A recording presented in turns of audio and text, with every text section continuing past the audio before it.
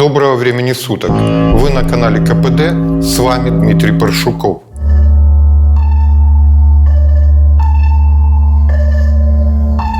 Надеюсь, что каждому из вас известно, что любое действие человека непосредственно связано с тем, что он затрачивает определенное количество времени на его совершение.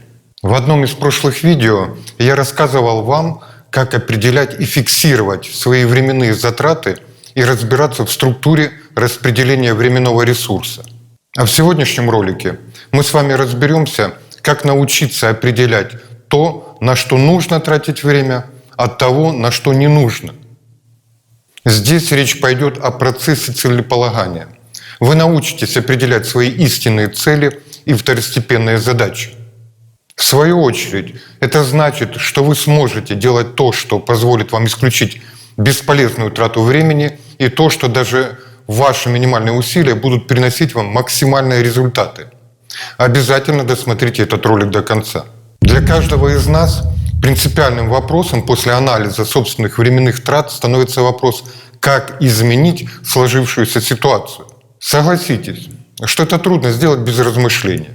Ведь если мы потратили на что-то свое время, то это значит, что в тот момент мы представляли это дело важное, нужное. А что делать с таким представлением, не всегда понятно.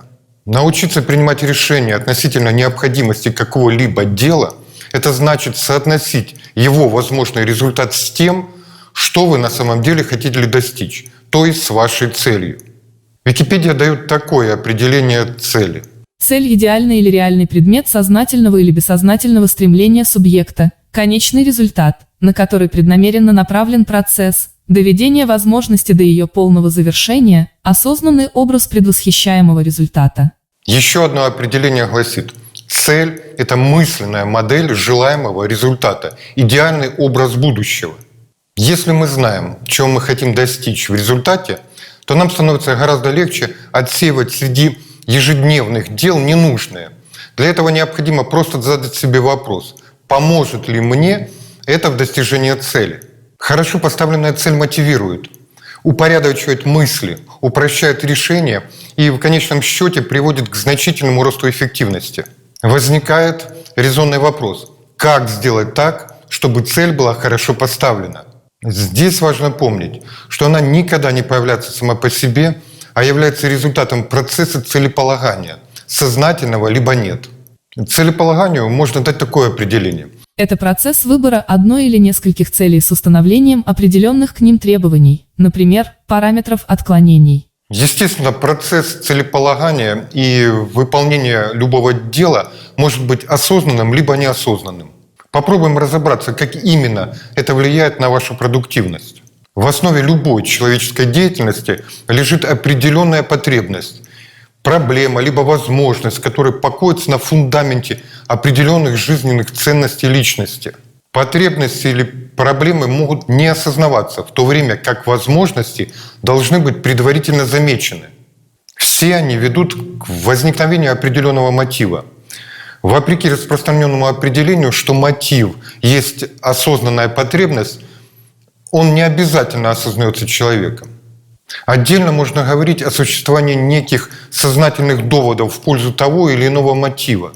О целеполагании как таковом можно говорить в том случае, если человек специально пытается осознать свою цель, проанализировав имеющиеся у него потребности, проблемы или возможности, а затем представил идеальный образ желаемого будущего. В этом случае далее запускается процесс планирования достижения целей, а также конкретные действия.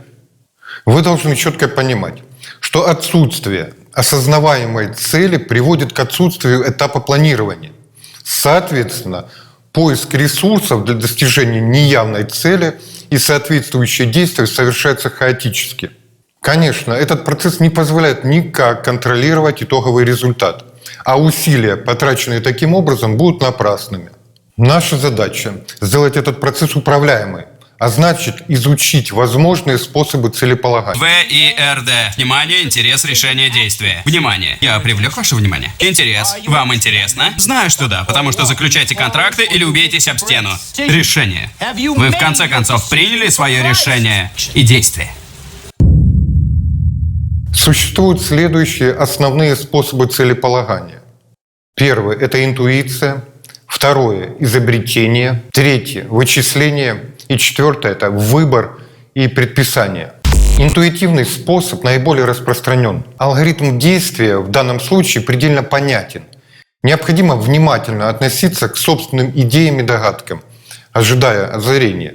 Можно даже предположить, что это единственный способ целеполагания, который автоматически встроен в каждого человека. Так происходит, потому что интуитивные цели формируются на основе существующего опыта, знаний и умений человека. А их проявление означает переход неосознанной потребности, проблемы, в осознанный мотив действия, чем и запускается процесс целеполагания. Изобретение цели представляет собой экспериментальный процесс, основанный на пробном достижении возможной цели в недалеком будущем или в уменьшенном масштабе. Например, это случается, когда вы принимаете важное решение найти себе хобби по душе, но не знаете, как конкретно его реализовать. В этом случае вы можете попробовать рыбалку, филателию, вышивание или более какие-то экзотические варианты до тех пор, пока вы не найдете именно ваше. При этом вашей целью может стать занятие этим видом хобби в течение некоторого времени, месяц, например. А затем вы подводите итоги и выбираете то, что для вас наиболее важное. Метод вычисления цели работает по следующему алгоритму. Сразу после осознавания ключевого мотива «хочу, чтобы у меня была машина», нужно выписать все цели, ведущие к этому, в качестве столбцов таблицы. Необходимо понимать, что цели могут быть разными. Заработать на покупку личного авто, выпросить автомобиль у мужа, выиграть автомобиль в лотерею и даже украсть у соседа по двору. Шутка, конечно. Далее, в качестве строк необходимо выписать качественные и количественные критерии, которые существенно влияют на результат достижения цели. Затем будет достаточно оценить придуманные вами цели, выбрав наилучший вариант в каждой строчке и просуммировать финальные показатели. Итак, результатом нашего вычисления становится цель выпросить автомобиль у мужа. Соответственно, становится понятным и то, и как эту цель достигать. Итак, наконец, метод выбор и предписание. Этот метод подразумевает, что у вас уже есть определенное количество кем-то поставленных целей. И нам необходимо всего лишь выбрать одну из тех в качестве своей и предписать для себя ее выполнение. По сути своей, это способ подражания кому-либо и попытка действовать по уже известному алгоритму. Примером такой ситуации может стать постановка цели молодого человека, заканчивающего обучение в школе. Мама хочет, чтобы сын стал писателем. Отец желает видеть его в качестве юриста. А дедушка и бабушка хотят видеть во внуке перспективного доктора. Не желая выбирать, либо не имея такой возможности, молодой человек всегда может выбрать одну из целей, заготовленных для него родителями, и стремиться к ее достижению, так, как будто эта цель была выбрана им самим. Стоит отметить, что это достаточно хороший способ, хотя подходит он далеко не всем. На заметку. В ряде случаев изначально поставленная цель может оказаться поверхностной. Психологи часто выделяют многослойность цели, а также отмечают многочисленные неточности в формулировке, которые расходятся с действительным желанием. Чтобы получить действительно хорошо сформулированную цель, необходимо специфицировать ее содержание. Так, в примере выше «хочу, чтобы у меня была машина» может содержаться нечто более, чем просто желание купить транспортное средство. Это может быть, например, желание повысить свой статус, продемонстрировать окружающим собственную самостоятельность, способ приобщиться к интересам определенной группы людей и другие. Пора начать работать. Шевелитесь, двигайтесь.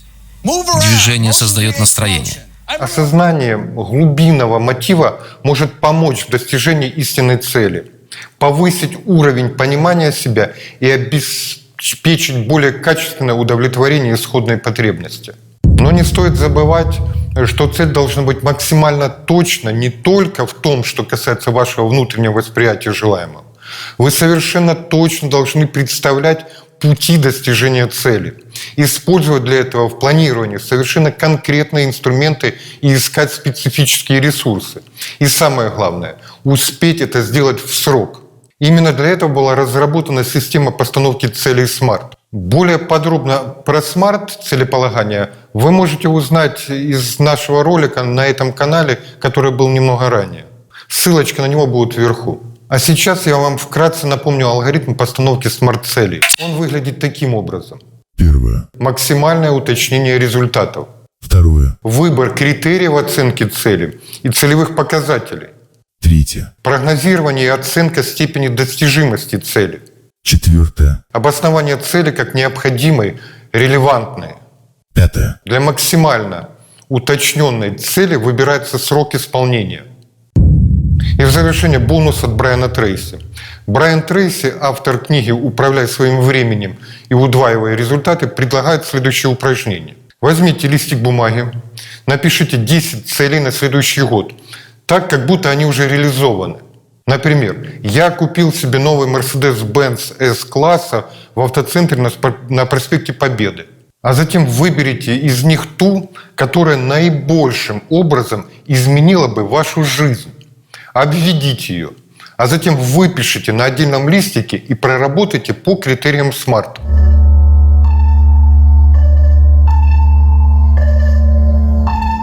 А на этом все. Успехов вам! Обязательно подпишитесь на этот канал, чтобы не пропустить полезное видео. Поставьте лайк, поделитесь этим роликом с друзьями. До новых встреч!